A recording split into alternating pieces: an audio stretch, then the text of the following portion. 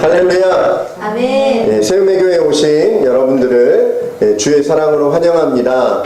우리 옆에 계신 분들에게 하늘복 빌어드리겠습니다. 하늘복 많이 받으세요. 우리 옆에 계신 분들에게 인사하겠습니다. 하늘복 많이 받으세요. 많이 받으세요. 하늘복 많이 받으세요.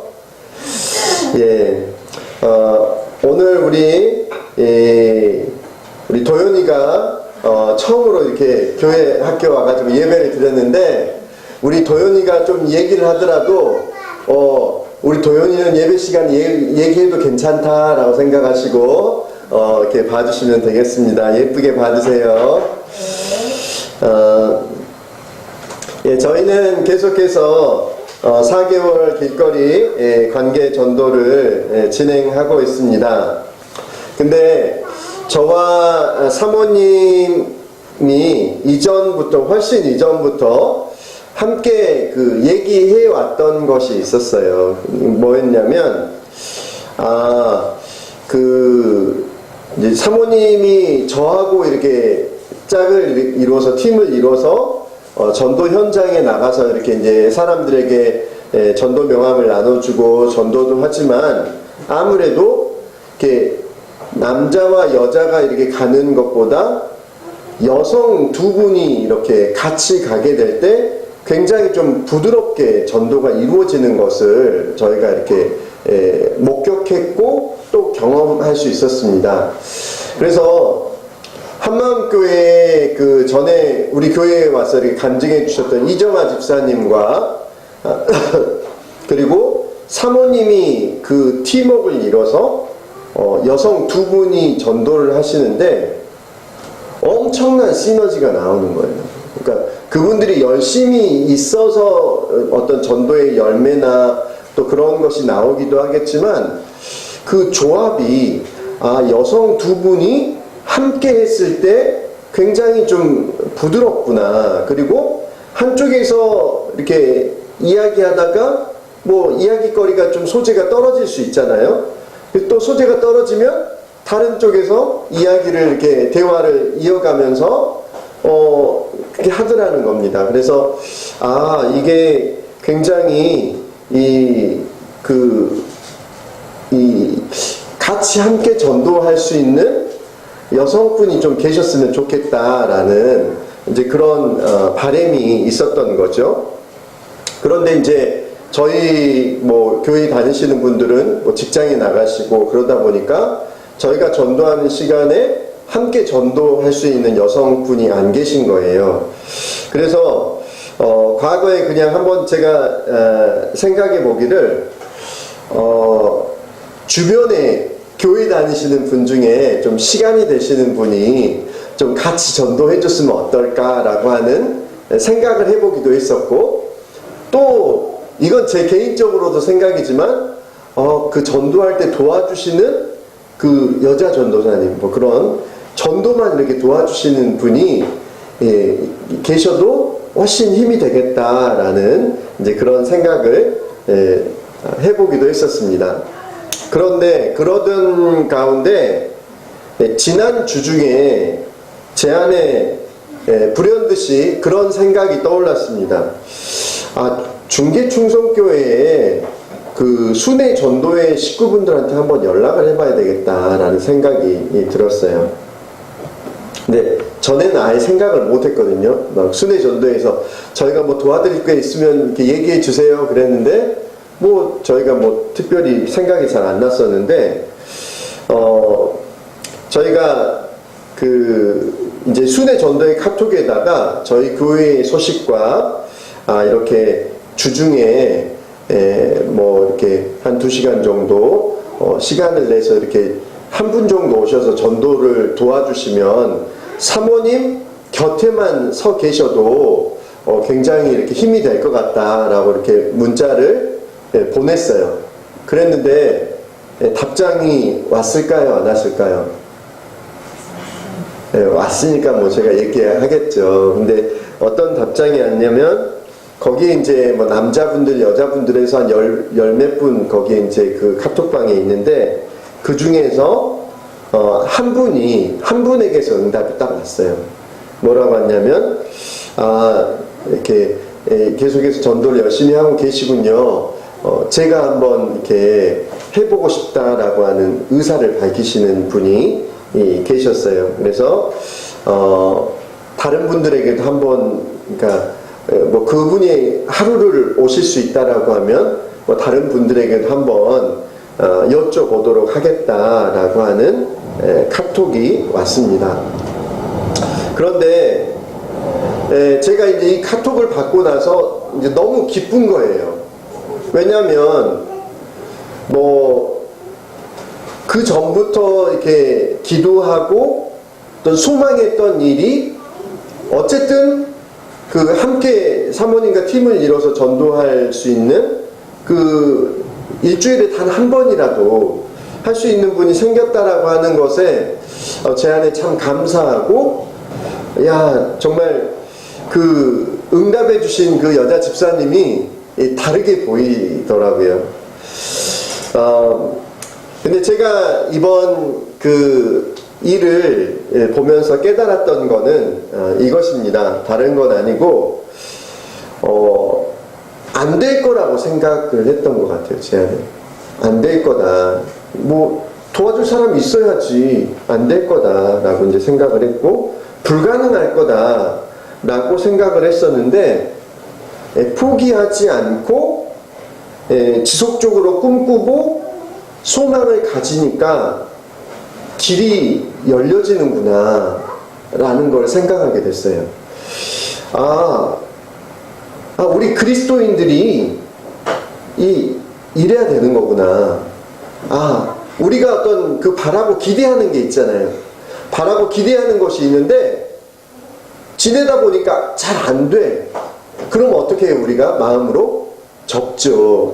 마음으로 접고 안 될 거야, 불가능할 거야 라고 하는 그런 마음을 갖게 되는데, 정말로 우리가 가진 그 소원이 주님께서 허락하여 주신 소원이다라면 우리가 그 소원을 품고 또 안테나를 높이 들어서 그것을 이렇게 주시하다 보면 주님의 응답이 왔을 때 그것을 빨리 캐치할 수 있다라는 것입니다.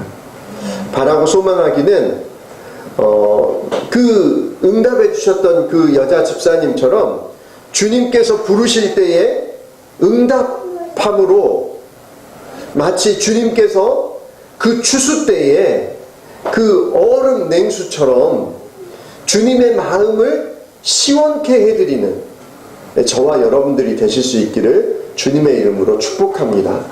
불가능하다고 생각되어질 때, 안 될 거라고 생각되어질 때라도 우리가 주님 안에서 소망을 품고 지속적으로 기도할 때 그 길을 열어주시는 그 하나님을 만나고 경험하는 저와 여러분들이 되실 수 있기를 주님의 이름으로 축복합니다.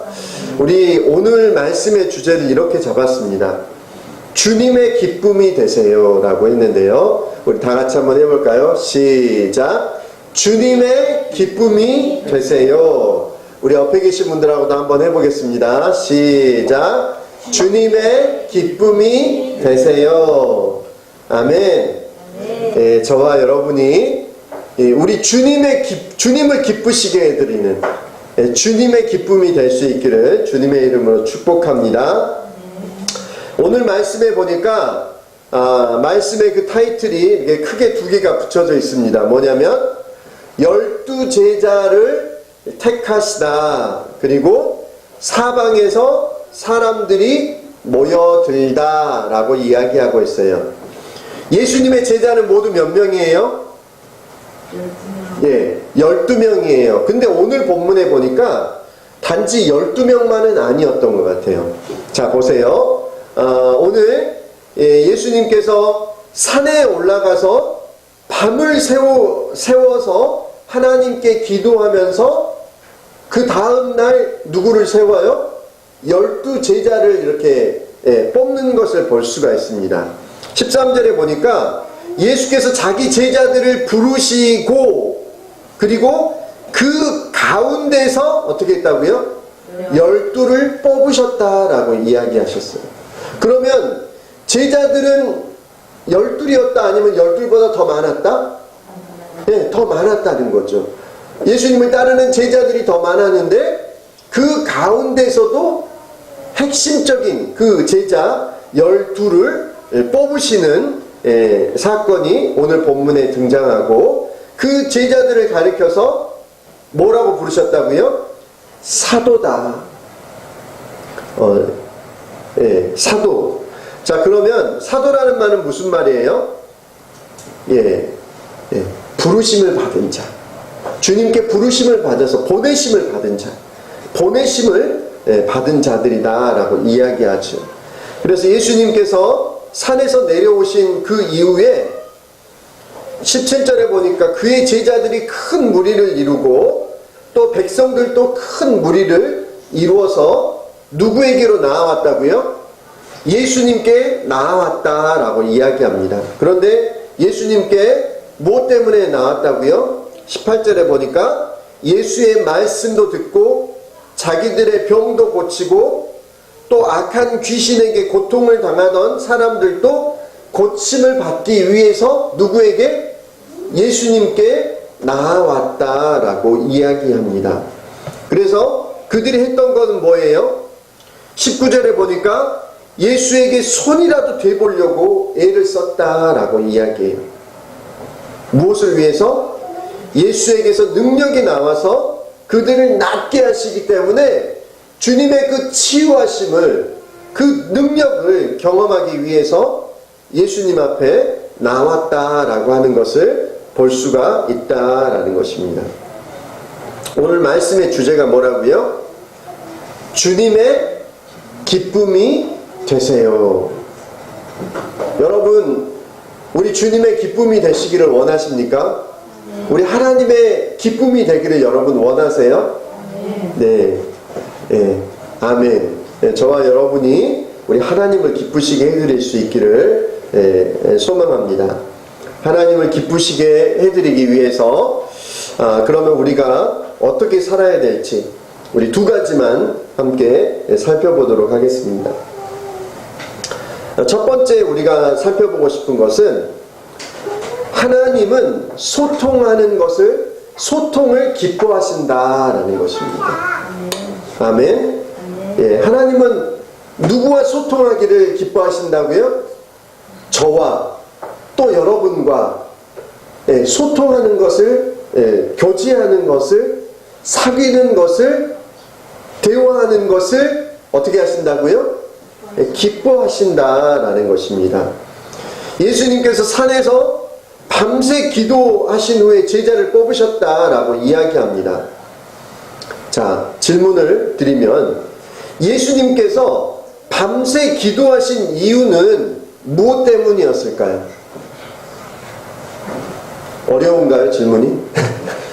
예수님께서 밤새 기도하신 까닭은 무엇 때문이었을까요? 제자들을 뽑기 전에, 사도들을 뽑기 전에 더 집중해서 기도하기 위함이었을까요? 아니면 평상시처럼 주님과 교제하는 시간을 가지셨던 것일까요? 우리가 아무래도 교제의 측면도 있었겠지만 아무래도 오늘 본문의 정황상 우리가 추측하건대 어느 쪽에 더 비중이 더 있을까요? 12제자를 뽑기 전에 더 하나님 앞에 신중하게 기도하지 않았을까라는 생각을 해보게 됩니다. 개인적으로 생각해 볼 때 하나님과의 그 교제의 측면보다 제자를 뽑는 것에 더 이렇게 치중하셨다라고 이렇게 말씀을 드렸는데요. 예수님의 행동이 하나님과의 단순한 교제와 어떤 대화였든지 중요한 결정을 앞두고 여쭤보고 주님의 뜻을 구하는 것이었든지 간에 밤새 하나님께 기도하시는 예수님의 모습에서 우리는 도전을 받기도 하고 이렇게 또 발견할 수 있는 것이 있는데 그것은 무엇입니까? 예수님은 아버지와 대화하시고 교제하시고 여쭤보는 것을 좋아하셨다라는 것입니다. 어떤 형태의 기도였든지 간에 동일하게 하나님께서도 어떻다라는 거예요? 그의 자녀가 함께 대화하는 것, 자신에게 뭔가를 여쭤보고 자신에게 나아오는 것을 어떻게 하신다? 기뻐하신다. 그러면 저와 여러분이 기도의 제목을 가지고 어떤 안타까운 그 문제를 가지고 그 문제를 주님께 아뢰고 기도하는 것을 주님이 기뻐하실까요? 우리가 지혜가 부족할 때 주님께 지혜를 구하고 우리가 어떻게 결정해야 할지 모를 때 주님께 묻고 구하는 것을 우리 하나님께서 기뻐하실까요? 아멘. 우리 하나님께서 기뻐하신다라는 것입니다. 여러분은 어떠십니까? 하나님과 대화하고 교제하고 여쭤보고 계십니까? 제가 지난 주 금요일 날 충성교회 김원광 목사님께 추석 인사를 다녀왔습니다. 이제 부교육자로 있다가 이제 개척한 목사님들이 한 5분가량 되세요. 그래서 그 목사님들이 함께 한 분은 못 오셨지만 4분 이렇게 찾아가서 식사도 하고 또 이렇게 차도 마시고 이렇게 얘기를 나누는 시간을 가졌습니다. 그러던 중에 제가 알게 된 사실은 뭐였냐면 그 중에 그 한 목사님이 그 교인의 어떤 그 장래와 관련해서 그 김원광 목사님하고 목사님께 뭔가를 이렇게 여쭤봤었다라는 것을 알게 된 거예요. 그래서 담임 목사님 그 굉장히 바쁘시고 또 시간도 없으신데 어떻게 저렇게 또 이렇게 그런 거를 이렇게 물어봤지? 여쭤봤지? 라고 하는 생각이 들었어요. 다른 목사님 한 분도 그러세요. 목사님 앞에 서면 왜 이렇게 작아지는지. 목사님이 인자하고 참 좋으신데도 이렇게 연락 드리려고 하면 또 조심스럽고 그런 부분이 있거든요. 저도 마찬가지입니다. 이제 그런데 이제 그 바쁜 분한테 그런 걸 여쭤봤다라는 것이 또 이렇게 좀 신선하게 또 다가왔었습니다. 여러분은 혹시 어떠세요? 하나님께 여러분의 그 문제, 해결되지 않는 그 문제, 또 그 지혜가 부족할 때 주님께 여쭙고 그 지혜를 여러분 구하고 계세요? 우리가 과거에 그 뭐 이렇게 영화 보면 그런 영화 있었잖아요. 뭐 하나님께서 굉장히 바쁘게 나오는 그 영화 있었잖아요. 그 남자 그 무슨 캐리 뭐 나오는 그 영화에 보면 하나님이 막 너무 그 기도응답 막 체크하느라고 너무 막 바쁘신 그 하나님 이 얘기가 나온 적이 있었잖아요. 그래서 하나님 나 못하겠다 막 그렇게 했던 영화 있었잖아요. 그런 것처럼 우리 안에 혹시 그런 오해가 있는지도 모르겠어요. 하나님께 우리가 그저 언제라도 그 달려가서 하나님께 여쭤보고 지혜를 구하고 그 대화하고 그런 것을 누가 기뻐하신다고요? 하나님이 기뻐하시는데 우리는 하나님 바쁘신데 이거 내가 알아서 할게요 라고 하는 그런 마음을 가지고 있지는 않느냐라는 것입니다. 우리 부모님의 입장에서 어떤 자녀가 다 사랑스럽죠. 우리 장우가 내 자녀가 다 사랑스럽죠. 근데 자녀들 중에 더 엄마에게 이렇게 붙어서 막내가 더 그럴지는 모르겠지만 더 제잘거리고 더 대화 나누고 막 학교에서 있던 이야기해주고 막 그런 거 막 물어보고 그러면 어때요? 사랑스럽잖아요. 그런 것처럼 우리가 하나님과 그 교제하고 하나님께 기도하는 것이 너무나 또 권위자에게 나아가는 것을 어려워하는 것처럼 아니면 너무나 바쁘신 하나님을 귀찮게 해드리는 것처럼 여기는 것이 아니라 언제라도 내 마음을 가장 잘 아시고 나의 그 아픔을 이해하시고 내가 주님께 구할 때 응답해 주실 수 있는 그 아버지께 그 문제를 가지고 나오기를 원하고 계신다라는 것입니다. 그리고 그 기도할 때에 그 문제를 가지고 하나님 앞에 그 대화의 자리로, 교제의 자리로, 사귐의 자리로 나아오는 것을 우리 하나님께서 기뻐하신다라는 것입니다. 큰 문제가 발등에 떨어졌을 때 그때에 하나님 앞에 하나님 어떻게 해요? 라고 하는 기도가 아니라 우리 일상에서 무시로 하나님 앞에 아뢰고 교제하고 기도하는 우리 세움의교회 성도들이 다 되실 수 있기를 주님의 이름으로 축복합니다. 두 번째는 우리는 말씀을 듣고 행하는 자를 기뻐하신다라는 것입니다. 우리 하나님께서는 어떤 사람을 또 기뻐하신다고요? 말씀을 듣고 행하는 사람을 기뻐하신다라는 것입니다. 오늘 본문에서 보니까 사방에서 사람들이 모여들었다라고 이야기합니다. 제자들의 수요는 얼마나 됐습니까? 17절에 보니까 제자들이 큰 무리를 이뤘다. 12명이 아니었어요. 큰 무리를 이뤘고 또 어디서 몰려왔다고요? 온 유대 또 예루살렘 두로와 시돈에서 지방에서 이렇게 모여들었다. 그래서 그 제자들이 큰 무리를 이루고 백성들이 큰 무리를 이루어서 예수님께 나아온 그 이유가 목적이 무엇이었다라는 거예요? 18절에 보니까 예수의 말씀도 듣고 또 자기들의 병도 고치고 또 악한 귀신에게 고통받는 데서 벗어나기 위해서 고침받기 위해서 누구에게로 나왔다고요? 예수님께 나아왔다라는 것입니다. 다시 말하면 우리 역시도 다를 바가 없다라는 거예요.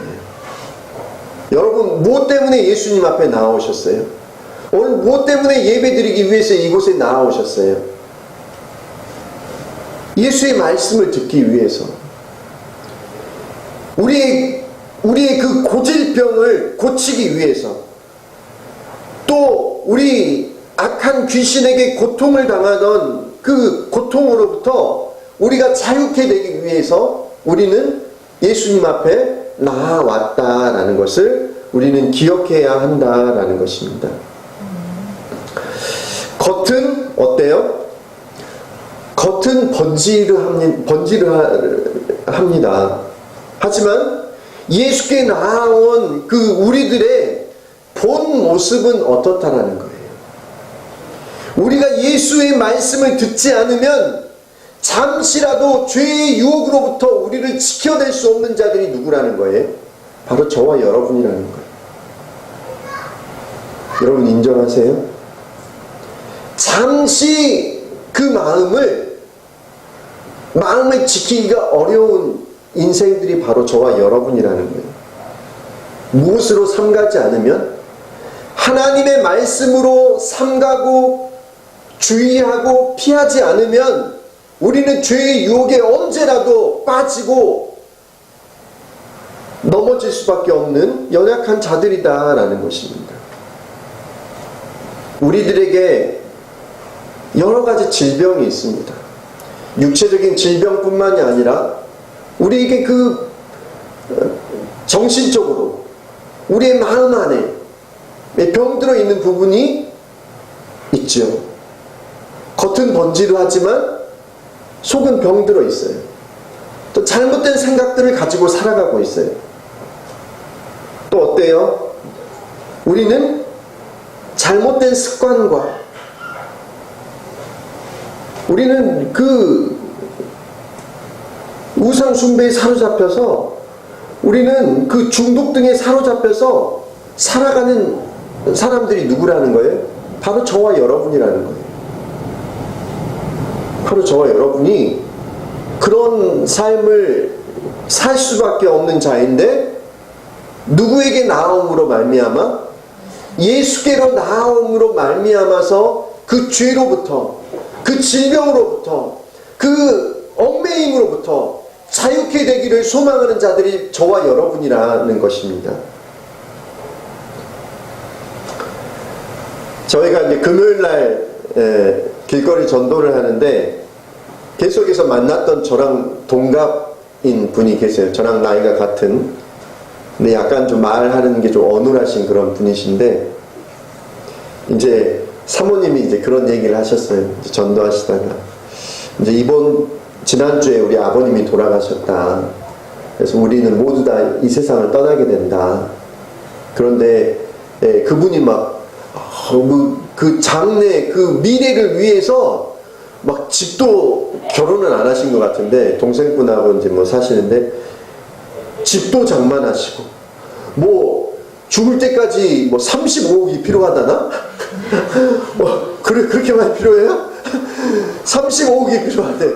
그러면서 막 PC방을 운영하시는 분이신데 열심히 막 사시는 분이세요. 근데 그분이 하시는 말, 천국 가셔야죠. 그러니까 예수 믿는 사람들 나처럼 착하게 사는데 착하게 살아도 천국 못 간다고 막 맨날 그런다고 그러면서 투덜투덜 대는 것. 그분의 기준에 의하면 그쵸, 이게 맞죠. 뭐 열심히 살고 남에게 해코지하지 않고 피해주지 않고 사는데, 하지만 우리의 본질은 어떻다라는 거예요? 18절에 나와 있는 것처럼 예수의 말씀이 없이는 죄의 유혹을 이길 수 없는 자들이라는 거예요.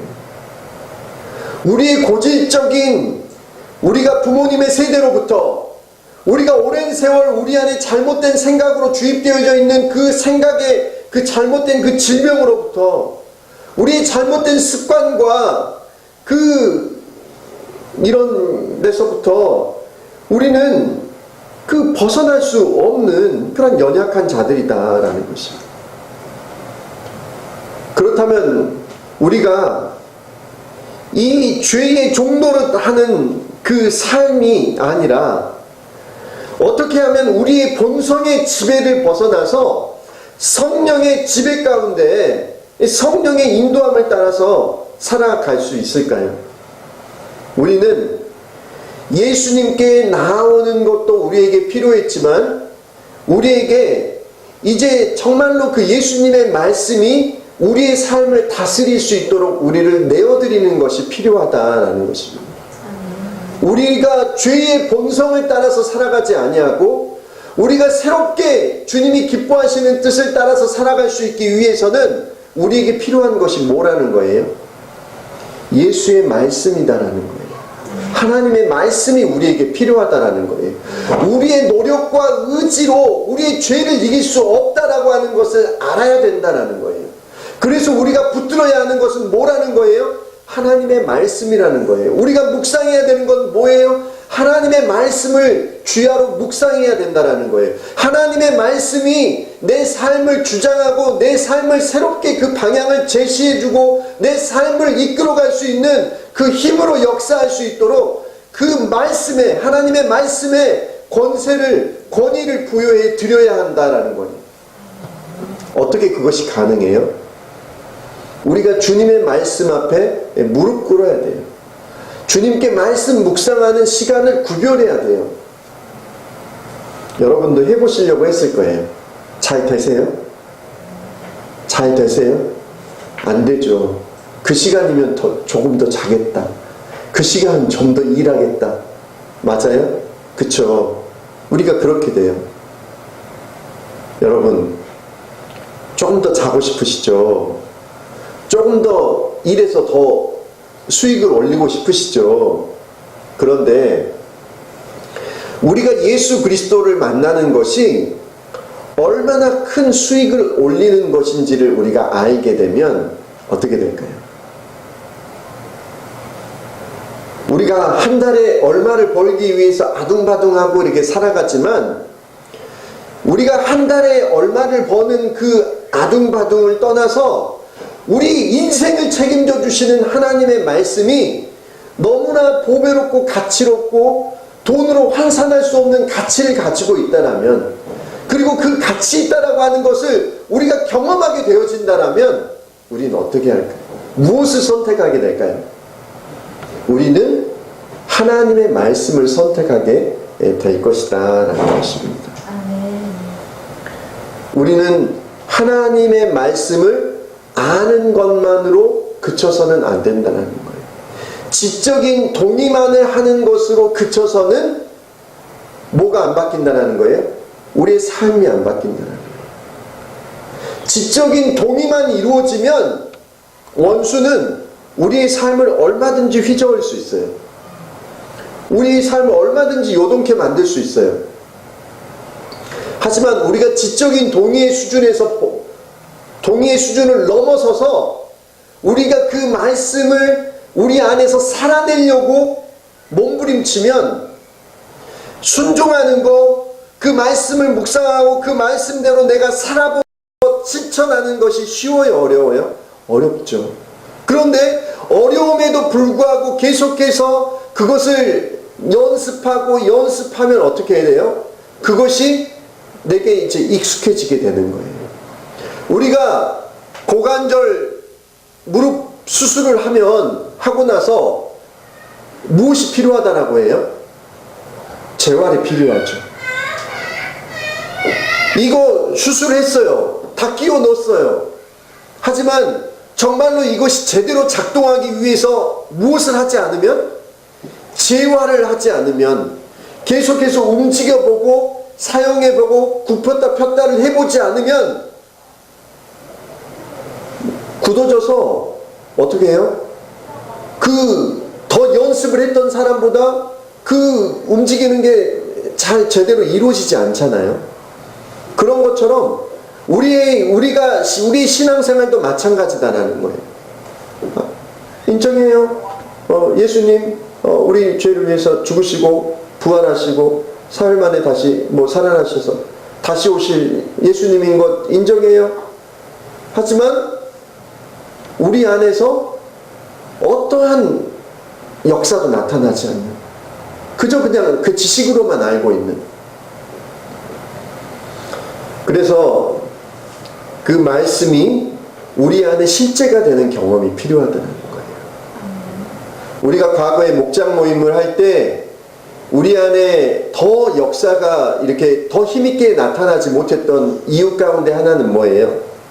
우리가 말씀대로 살아보고 그 치열하게 말씀대로 살았던 것을 가지고 그 승리의 간증을 나눴던 것이 아니라, 우리가 이렇게 바빴어요, 우리가 이렇게 힘들었어요 라고 하는 것만을 우리가 나눌 수밖에 없었기 때문이다 라는 것입니다. 그런데 말씀이 여러분을 사로잡는 순간이 와요.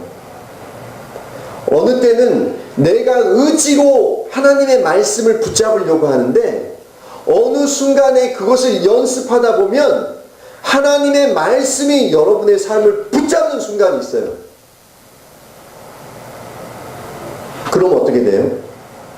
그 말씀의 맛을 보게 되죠. 말씀의 맛을 보고 그 말씀이 내 삶 속에서 실제로 이루어지고 그 말씀의 그 달고 오묘함을 맛보면, 그때는 어떻게 해요?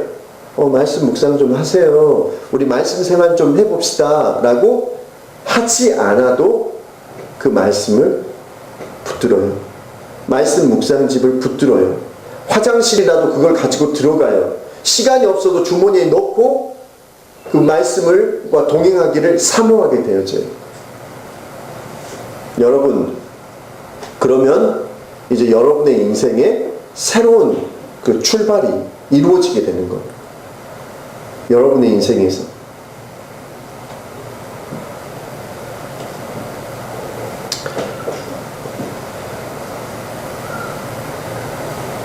여러분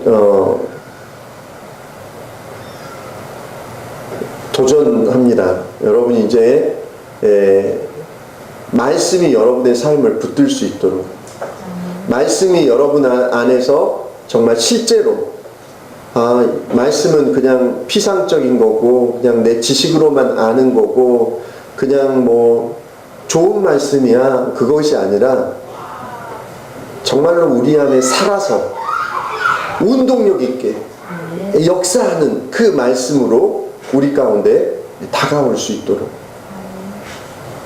그 말씀을 붙들므로 말미암아서 처음에는 마치 해병대 훈련받는 것처럼 힘들 수 있지만 정말 이 말씀 생활이 시작되고 주님과 동행하는 삶이 시작되면 그때부터는 이제 우리 안에 그리스도의 제자로서 주님의 보내심을 받은 자로서 세상을 바꾸고 세상을 섬기는 삶으로 우리의 인생이 변화되게 되어진다라고 하는 것을 기대하시고, 우리가 먼저 섬기는 자가 되기 이전에 먼저 하나님의 말씀에 붙들린 삶 살게 해달라고 기도하는 저와 여러분들이 될 수 있기를 주님의 이름으로 축복합니다.